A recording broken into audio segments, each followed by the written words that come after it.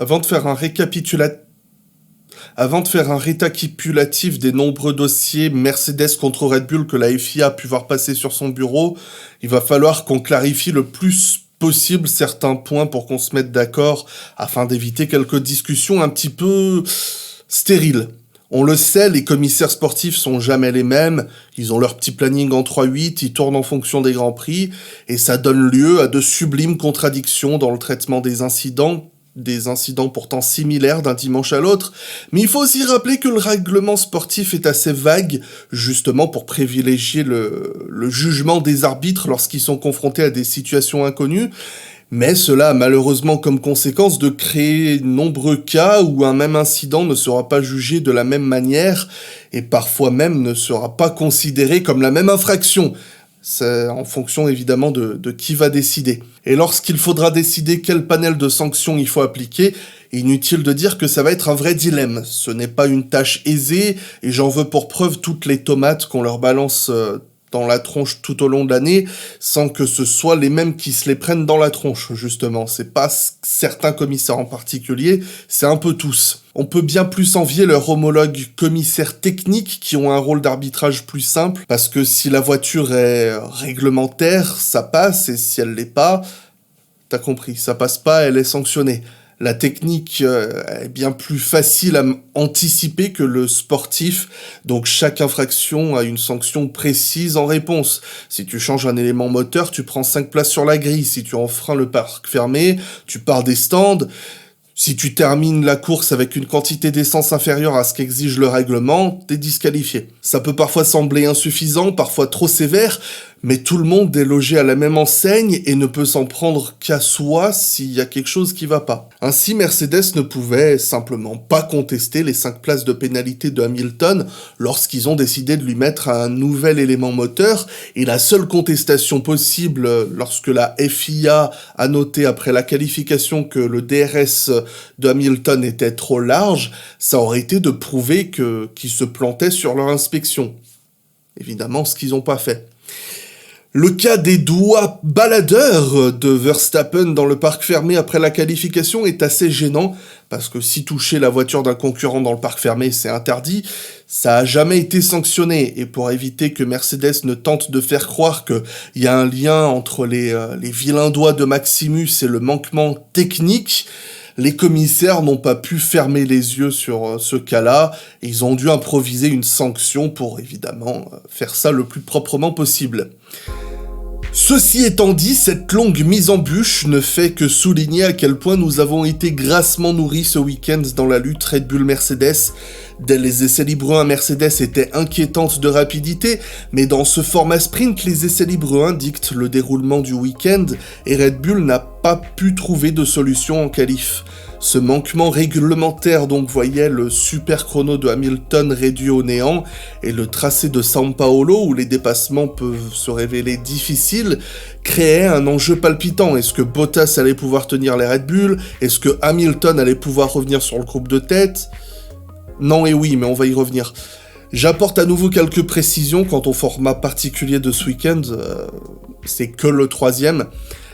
Mais il y a quand même eu beaucoup de confusion sur ce week-end sprint, et non, je ne dirai rien, t'inquiète pas, sur le format sprint, j'ai assez râlé ces derniers mois, voilà, on va juste clarifier les choses. La qualification a lieu le vendredi. La qualification établit la grille de départ du sprint le samedi, et le résultat du sprint établit la grille de départ de la course du dimanche. Ça fait beaucoup de mots, mais c'est simple. C'est bon, t'as compris. Après, c'est vrai que t'es intelligent, mais imagine les gens qui sont moins malins que toi, comme moi, on arrive à comprendre. Alors, étant donné que Hamilton a été disqualifié de la qualification, c'est comme s'il n'avait pas participé, en gros. Et vu que la grille du sprint dépend de la qualification, il est normal qu'il partait bon dernier. Je précise ça parce que j'entends que certains se demandaient pourquoi il n'est pas parti dernier de la course.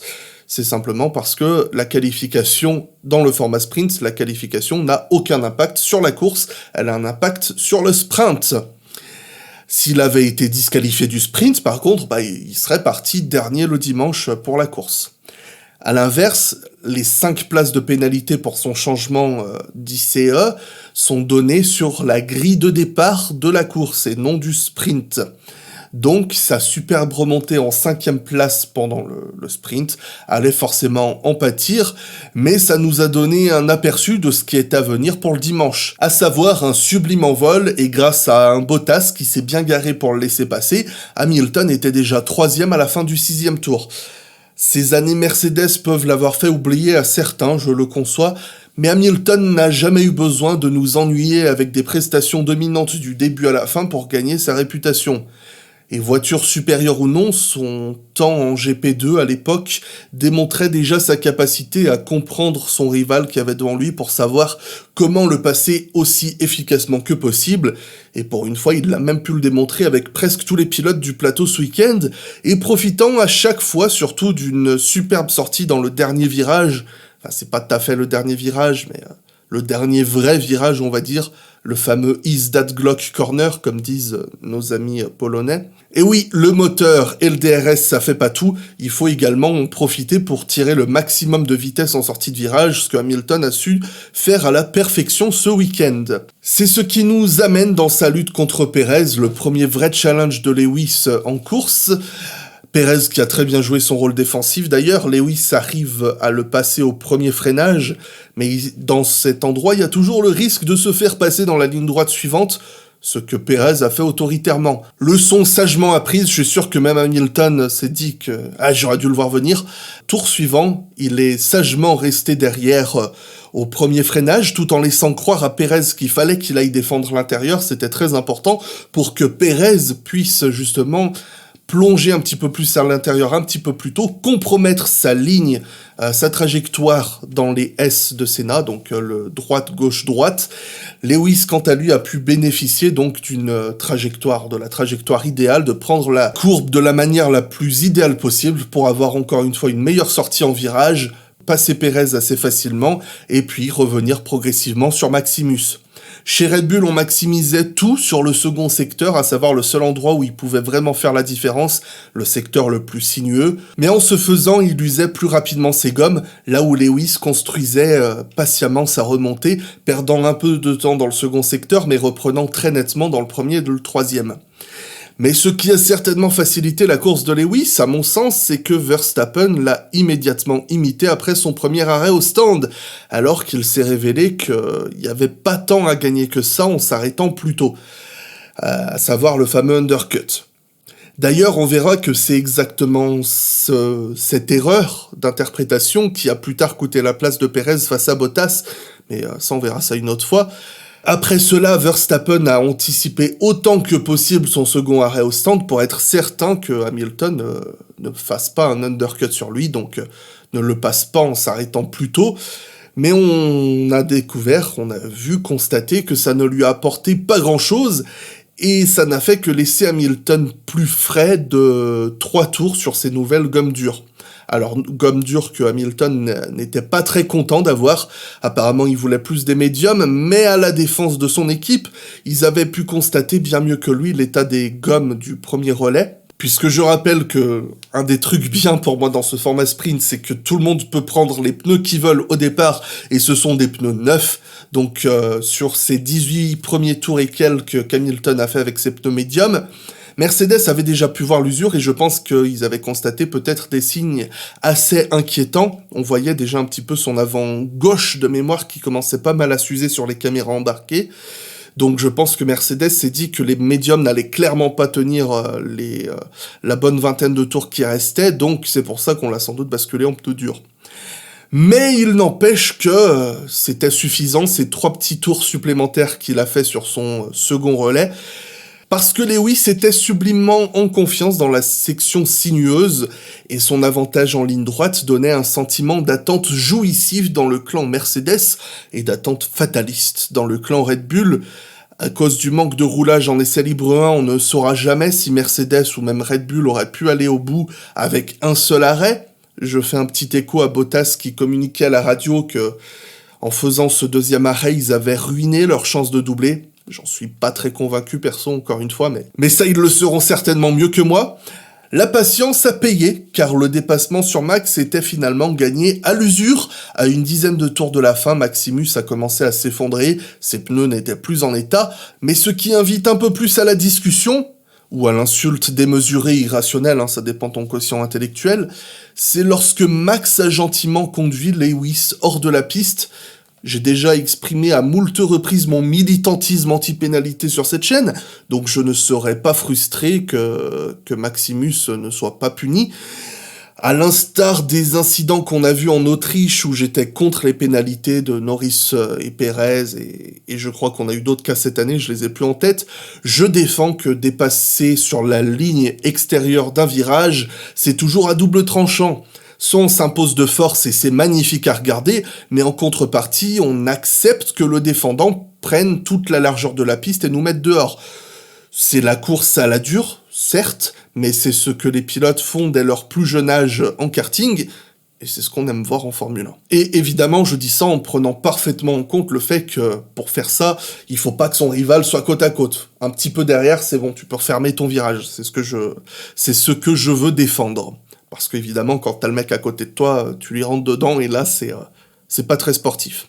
Ceci étant dit, le fait est que Max n'a pas su prendre le virage correctement et il est sorti de la piste, car autant j'aurais parfaitement pu apprécier que Verstappen contraigne Hamilton hors de la piste, mais seulement si lui-même était resté dedans. Le fait est qu'il prolonge la trajectoire en dehors des limites de la piste, et je trouve que c'est problématique. Je suis d'ailleurs estomaqué que la direction de course ait laissé ça passer, parce que pour être honnête, habituellement, ils aiment pas trop les duels roue contre roue.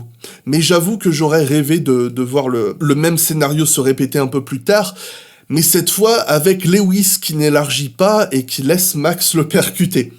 Non pas pour éliminer Hamilton, mais parce que je vais faire une petite digression, j'en reviens à Silverstone. Je pense que lors de leur incident, dans un univers parallèle, si Max ne termine pas dans le mur et il a juste quelques petits dégâts, il réussit à conserver la tête de la course, je ne pense pas que Lewis aurait pris 10 secondes de pénalité.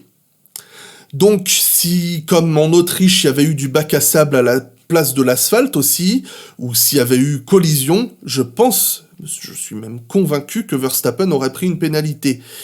Parce que ce que je constate depuis beaucoup trop longtemps, c'est qu'ils jugent la conséquence et pas la faute. Alors évidemment, c'est un cas général, on va pas toujours leur taper dessus, ils font du bon boulot des fois. Malgré l'abus de Verstappen qui va clairement, qui en fait beaucoup trop, je ne peux pas complètement me ranger contre lui dans cette affaire, mais davantage contre le système de pénalité un petit peu aléatoire. À Bahreïn, on lui a ordonné de rendre la position lorsqu'il a doublé hors de la piste, mais lui, il peut traîner son rival hors de la piste pour se défendre au Brésil. C'est un petit peu confus. Et au final, je ne pense pas qu'on ait de quoi être malheureux.